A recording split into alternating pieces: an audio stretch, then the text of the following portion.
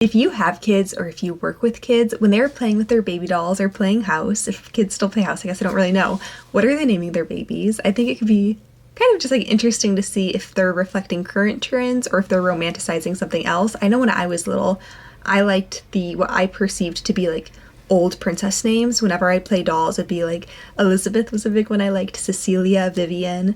Those are the names I usually would use for my dolls. But I had a friend, this is kind of what sparked this video, the one I always played with baby dolls with. She's my next door neighbor. She would name her dolls Ava, and this was like in like 2001. So Ava wasn't like an obscure name back then, but it's much more popular today. And I was like, I bet there are some little girls like right now who are like 6 years old who are gonna name their babies whatever they're calling their dolls today. Recently I was talking to a little girl I know, and she's showing me what she got for her 8th birthday, and 2 of them were dolls. And one of them she named Aurora, which like obviously that's reflective of current naming trends, and the other one she called Beverly. And my first thought was like, oh, it must be like a very special grandma's name or some older figure in her life. So I asked like, oh, how'd you choose the name like Beverly? And then she said, well, it's kind of like the name Everly, but it's more fancy.